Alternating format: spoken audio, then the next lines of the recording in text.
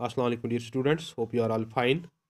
कल हमने इंट्रोडक्शन किया with Indian economy on the eve of independence, और आप जान गए कि what we have to study in this chapter is the state of Indian agriculture, state of Indian industry, state of India's foreign trade, demographic profile वगैरह वगैरह। ये चीज़ें हमने इस चैप्टर में डिस्कस करनी है। Now let us today go to the Indian agriculture on the eve of independence, या agriculture sector on the eve of independence. देखिए, जो इंडियाज एग्रीकल्चर सेक्टर है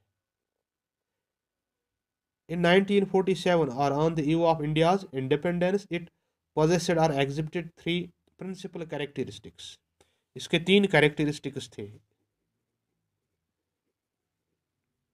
कैरेक्टरिस्टिक्स और टुगेदर ये जो कैरेक्टरिस्टिक्स हैं, these pointed to the backwardness of Indian agriculture as well as stagnation। क्योंकि Indian agriculture को माना जाता है ये बैकवर्ड है, ये स्टैगनेंट था। when we गॉट फ्रीडम इन 1947 तो इंडियन एग्रीकल्चर इसे बैकवर्ड कहा जाता था, स्टैगनेंट कहा। वजह क्या थी? क्योंकि इसके लिए तीन चीज़ें कार फरमा थी। जो पहला रीज़न है, जो कैरेक्टरिस्टिक है इसका, that's low level of productivity.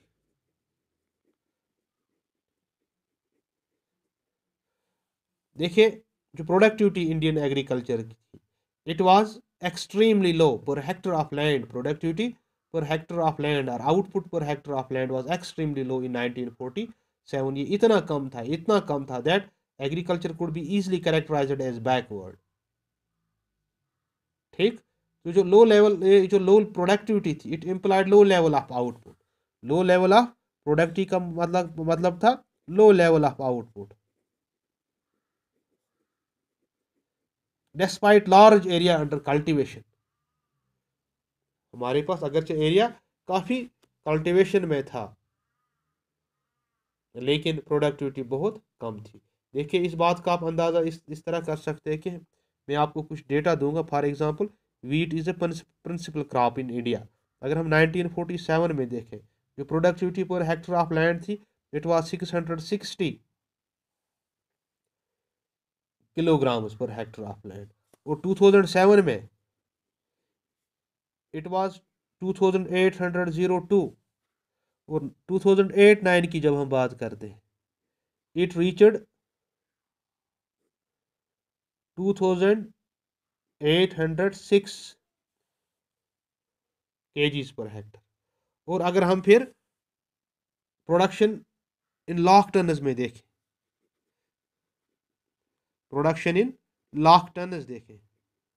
तो सूरत हाल ये थी कि in 1947 the total productive was 64 lakh tons, right. और 2007-8 में ये 786 टन थी।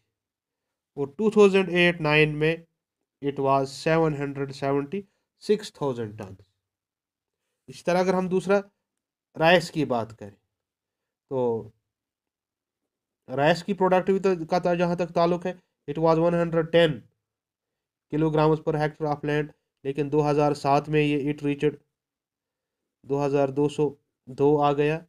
फिर 2009 में 2177 तक ये पहुँच गया। इस तरह आगे बढ़ते रहे। अगर लाख टन में देखें, in 1940 it was only 17 lakh tonne. और 2007-8 में it was 967 and it reached 994 lakh tonne in 2008।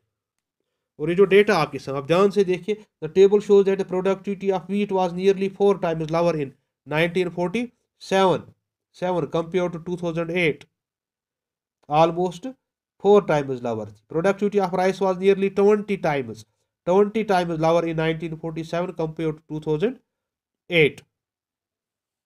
ठीक है ना? ये इस टेबल से आपको अच्छी तरह अंदाजा लग रहा है। Likewise the level of output of wheat was nearly 12 times lower and that of rice was nearly 57 times lower in 1947 compare to 2008 के साथ। अगर हम इसे कंपेयर करें, तो इतनी हालात थी हमारी एग्रीकल्चर की। ये वजह था, ये this is the cause that caused our backward agriculture to be backward, क्योंकि low level of productivity was there, not only in wheat and rice but other crops as well. जो दूसरा कैरेक्टरिस्टिक है था हमारे एग्रीकल्चर का, it is high degree of vulnerability.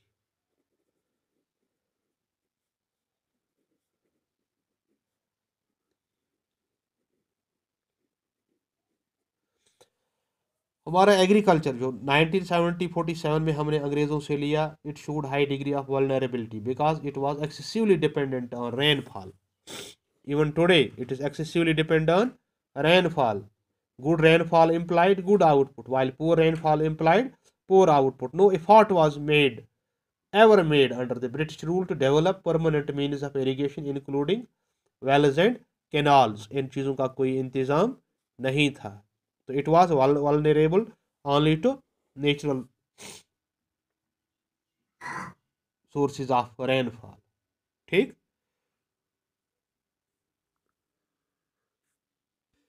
One more reason was a wide wedge between owners of the soil and tillers of the land.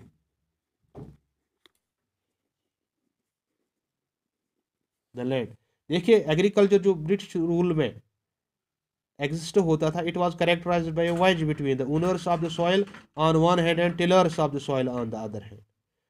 ठीक, जो owners थे, ये कोई मालिक नहीं थे इस लैंड के, जबकि जो ओनर्स थे, ये इस खेतों पे, इन खेतों पे, इस एग्रीकल्चर पे काम करने वाले लोग नहीं थे। They were not the tillers. जबकि ये जो ओनर्स थे, they share the output, they seldom share the cost of output.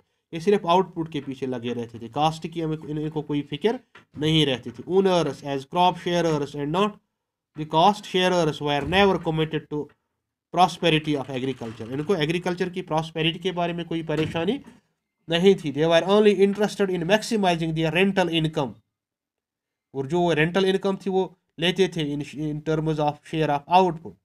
The tillers of the soil were given barely enough for subsistence.